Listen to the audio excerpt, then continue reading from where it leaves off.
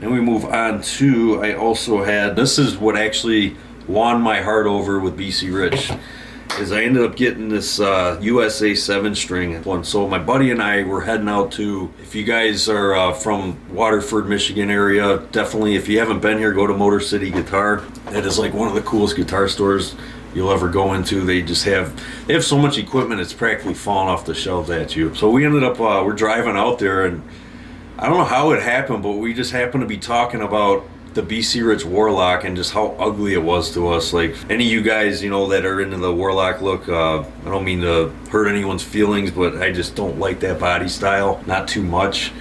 So we're like going back and forth, just like, I don't even know what we were saying, I can't even remember. We were just like ripping the BC Rich Warlock apart for like 10-15 minutes, just about how ugly it was or whatever. And we end up getting to the store, we're looking at everything, and I look behind the counter because that's where they have all the nice stuff. But most of the guitars behind the counter when you walk into Motor City is, you know, like your blues and jazz kind of guitars, or your hollow body, semi-hollow body, the really, really pretty guitars. But there was, right in the dead center, there was a BC Rich USA 7-string Warlock hanging there, and I knew because it had the little R logo on it. I'm like, oh my God.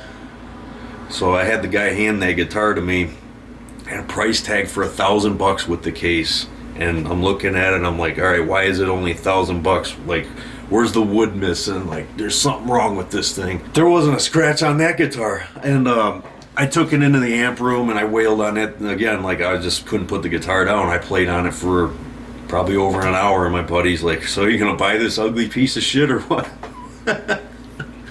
I'm like, dude, we ain't going anywhere without this guitar. I don't care what it takes. So I ended up, you know, I had a little bit of money and I ended up picking it up. And that guitar, yeah, like I say, it won me over. Like, it stole me away from Jackson.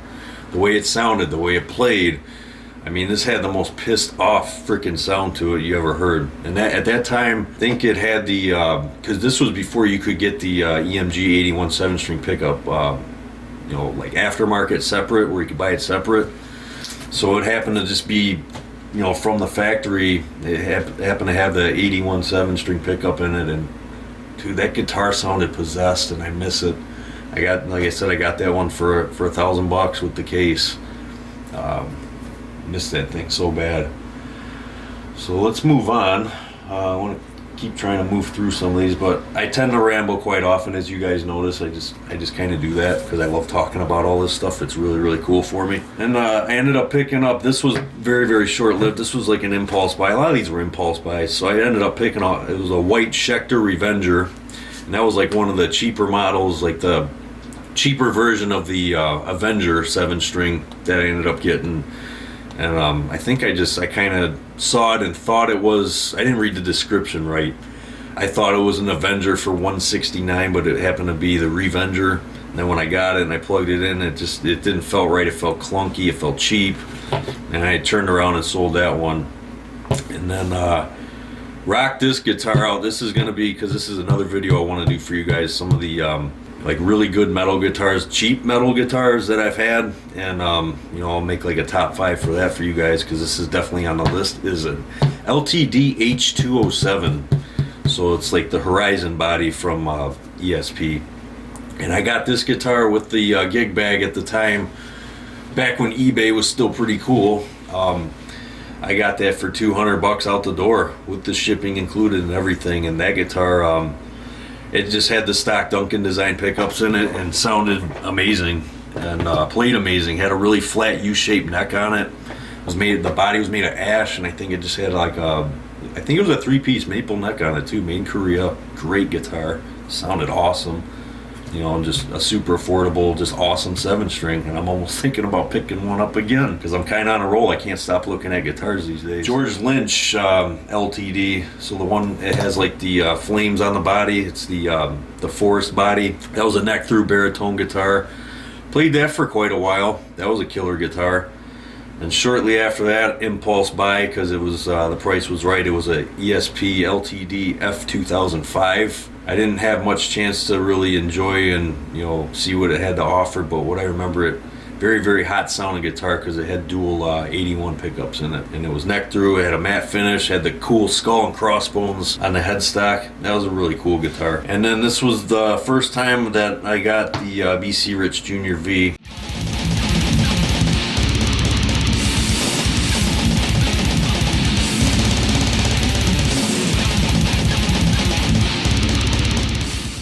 I had to get it again. It's in the Guitar Tech has it right now. He's doing some work on it for me. So yeah, I ended up getting a Junior V Deluxe at Guitar Center.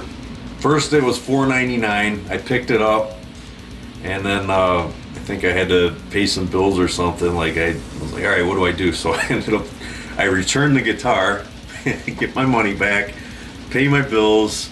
I worked that week. I go back to Guitar Center. It's there again. It's still there. And now the price tag got dropped down to $3.99. I'm like, shit, I'll buy it again. So I ended up buying it again and rocked it out for a while. You guys have seen it in some of my older videos, anywhere from like 2012 to about, I think I had it till about 2015, 2016. I had a Jackson Demolition King V, the Pro model, not the PDX, the X series, not the cheapo one. So this was another awesome guitar. It's been in a couple videos too, like the Misery Index cover I did, or some other videos it was in, but another really, really cool guitar. Let's see, the BC, this was another impulse buy. Bought this from a guy locally off of Craigslist. Kerry King 7-string Warlock, another Warlock. Oh, I thought you hate Warlocks. I do, but I don't know, for some reason it had the Kaler on it, and it was always reminding me, because I could never find that USA 7-string anymore, and it's like I wanted, like, man, if this guitar sounds close to that, I'll be happy. I don't even care. Well, so I played that. I only played that one for maybe a week or two, and then I ended up getting rid of it because it just didn't sound like I was hoping it would.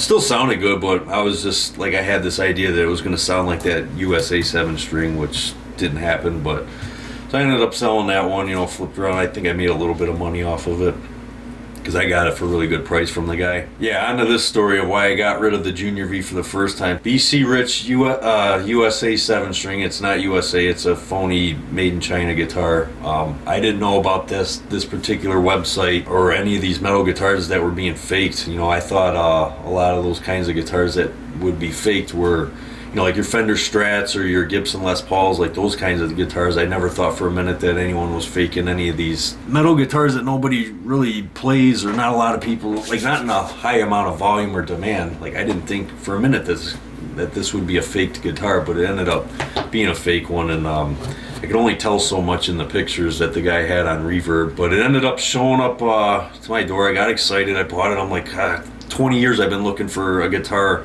like Pat O'Brien's 7-string that he played in the Live Cannibalism video, and then all of a sudden I saw it. I'm like, dude, that's my dream 7-string guitar right there. And so I ended up picking it up. It gets to my apartment. I open it. I think I still got the unboxing video somewhere. I might still have it, but so I unbox it, and the box was had some wrinkles in it, and what happened was UPS ended up damaging the headstock on it. It was pretty nasty chunk missing out of the tips of the beast headstock on it. After that happened, I was bummed out, and I'm looking at the guitar. I'm kind of looking at the routing and the fretwork and just everything. It looked like somebody did it out of their garage and didn't know what the hell they were doing. Like that's how bad it was. So I ended up contacting the seller. Hey, this guitar was damaged. Oh, no problem. Ship it back. And so I ended up packaging it real good again. Took his packaging and then kind of added to it just so it wouldn't get damaged again. So he got it back. It took a little while to get my money back from PayPal. That was kind of a fiasco, but I did get my money back, and yeah, I was able to get that guitar out of my life. It was just such a bummer that it turned out to be a fake guitar. Wasn't too happy. I was hoping that was gonna finally be it, where I just finally had my dream 7-string guitar and I could move on with my life. It didn't work out that way.